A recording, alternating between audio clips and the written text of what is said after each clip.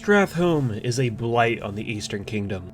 The flames of the city constantly burn with a reminder of the insidious acts that took place in the Cursed Kingdom. The story of how this land fell from grace is dramatic, harrowing, and a critical part of the history of Warcraft. Stratholme used to be a pretty bitchin' town. It was the second largest city in the Kingdom of Lordaeron, the city of Lordaeron being the biggest, of course, but Stratholme was well known for being a port town for the kingdom and establishing some of the oldest temples for the Church of the Holy Light. Stratholme was where the Knights of the Silver Hand were founded, who are big, strong, important paladins of the light. And probably the most important feature of Stratholme was a zoo! That's right, I'm not joking. Stratholme had a zoo that probably had some tigers, and elephants, and probably some caged up gnomes. But everything wasn't happy-go-lucky in Stratholme for long. Kel'Thuzad, the leader of the Cult of the Damned, who are a cult that worship the Scourge, was tasked with a mission of spreading the plague of undeath across the kingdom of Lordaeron. Kel'Thuzad, Mal'Ganis, and a bunch of their cultist friends shipped plague-infected grain to the surrounding regions of Stratholme to infect as many civilians as possible. The symptoms of the Plague of Undeath are coughing, sneezing, and dying within 3 days and rising as a zombie that is easily manipulated by the Lich King. So, it's not too pleasant of a disease.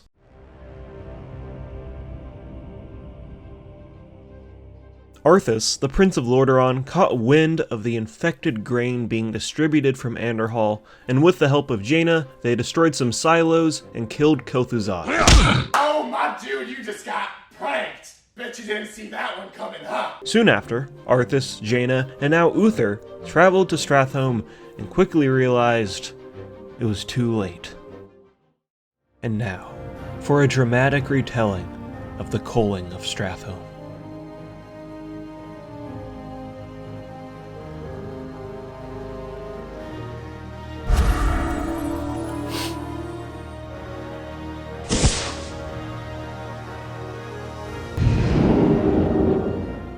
Glad you could make it, Uther. Watch your tone with me, boy. You may be the prince, but I'm still your superior as paladin. As if I could forget. Listen, Uther, there's something about the plague you should know. Oh, no, it's too late. These people have all been infected. They may look fine now, but it's a matter of time before they turn into the undead. What? This entire city must be purged. How can you even consider that? There's gotta be some other way! Dang it, Uther. As a future king, I order you to purge this city. You are not my king yet, boy. Nor would I obey that command if you were. Then I must consider this an act of treason. Treason? Have you lost your mind, Arthas? Have I? Lord Uther, by my right of succession and sovereignty of my crown, I hereby relieve you from your command and suspend your paladins from service. Arthas, you can't just... It's done. Those of you who have the will to save this land, follow me. The rest of you, get out of my sight. You've just crossed a terrible threshold, Arthas. Jaina? I'm sorry. I can't watch you do this. I'm sorry. I can't.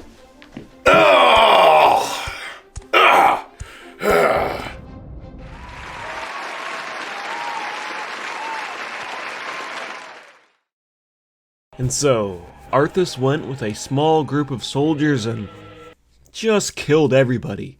Men, women, children, babies, all civilians of his own kingdom. It was a slaughter, and at the end of Arthas' cleansing, Mal'Ganis shows up and is all like, I am Mal'Ganis. I am eternal. Now come with me to Northrend. Tee. Arthas chased Mal'Ganis into Northrend. Just a lot of stuff happened, and Arthas became the Lich King. That's just a story for another time. The culling of Stratholme is one of the best parts in Warcraft lore because it gives the audience something to think about. Is killing unaware innocent civilians for the safety of the kingdom a good idea? What if a cure is created? Would it be easier to kill them when they become zombies, seeing as more soldiers would feel it was a morally right thing to do? Did the plague really spread to every single civilian? And perhaps the mental strain of killing his own people led Arthas to the more radical decisions that eventually made him the Lich King. The culling of Stratholme is a lesson in excellent storytelling because it puts you in Arthas' shoes when making this tough decision. After Arthas left, Stratholme was in burnt ruins and was eventually populated by more Scourge. Even to this day, the buildings still burn with haunted fire as a reminder of the horrible events that took place.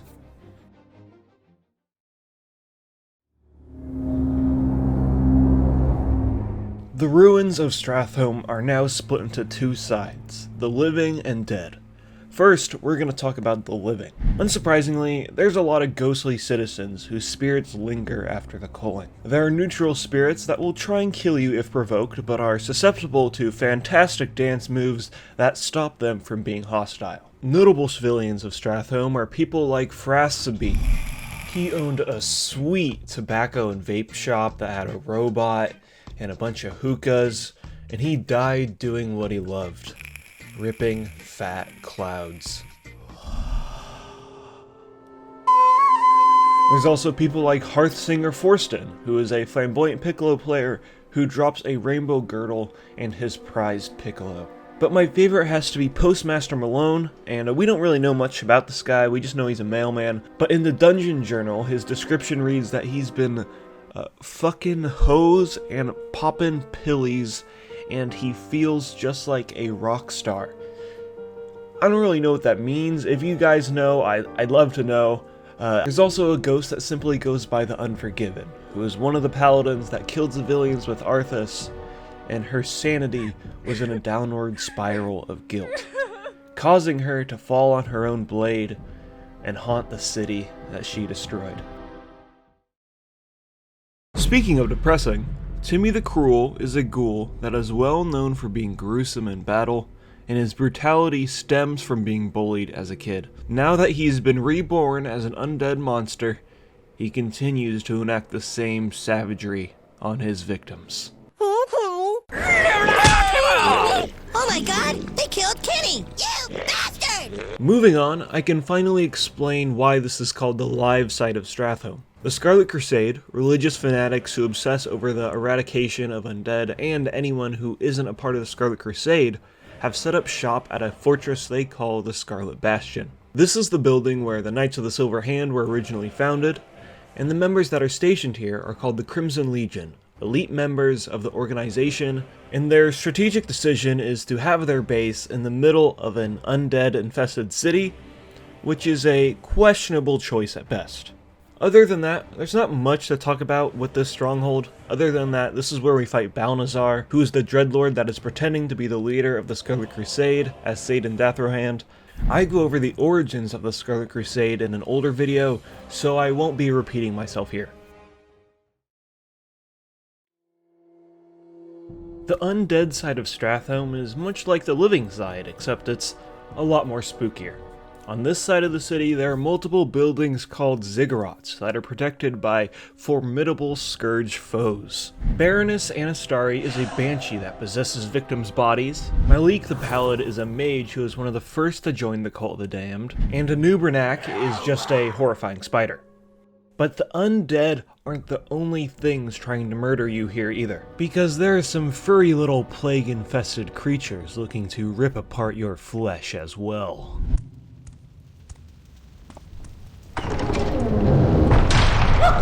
Rats, we're rats, we're the rats. We pray at night, we stalk at night, we're the rats. As we reach closer to the end of the dungeon, we meet Magistrate Bathilus, who plays an important part in Tyrion's exile, which is explained in the Book of Blood and Honor.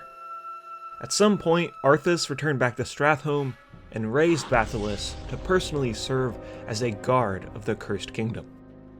Travel further and we'll reach the near end of the dungeon, to a place called the Slaughtered Square, to fight one of the most intimidating members of the Scourge, Rammstein. Rammstein, der Fleshlinger, ist in ein Monstrosität, die dafür verantwortlich ist, Nathanos getötet zu haben. Nathanos jagte Rammstein durch die Plessländer, aber die Monstrosität floh nach Stratholme. With that fat boy dead, we can make our way into the slaughterhouse to face Baron Rivendare, the master of Stratholme. Rivendare used to be a rich landowner of Stratholme and was best bros with Kel'Thuzad, who convinced him to join the Cult of the Damned. After Arthas left for Northrend, Rivendare sent some plague grain to a village in Lordaeron, and Thomas Thompson, a paladin protecting the village, put two and two together and realized it was Rivendare's doing. Thomas gathered a group of Silverhand paladins and just beat the snot out of Rivendare. I'm joking! Stop! He died, and at some point Rivendare was raised as a Death Knight with his favorite horsey and was tasked with keeping watch over Stratholme. Orius Rivendare is Baron's son, who is a paladin, and if we give him an item called the Medallion of Faith, he will help us kill his father. Unfortunately, during the battle, Orius dies, and later on in the lore, he's raised as a Death Knight and is the last boss of Stratholme instead. But back to Classic. We defeat Baron Rivendare, but he doesn't actually die, I guess. Instead, he's one of the 4 horsemen in the Wrath of the Lich King version of Naxxramas. Naxxramas was also a raid in Classic, and I kind of forgot to mention that this whole time, Naxxramas, a monolithic floating Scourge fortress, leaking undead goo below it, is kind of just looming over Stratholme this whole time. So that's happening too. But that's a story for another time. Thank you for joining me as we explore the spooky history of Stratholme, and join me in the future as we continue to learn about the history behind the dungeons of Classic WoW. And thank you so much for watching Platinum's video. You can support him by checking out his Patreon, so as to be able to do cool stuff like this. Give it to me.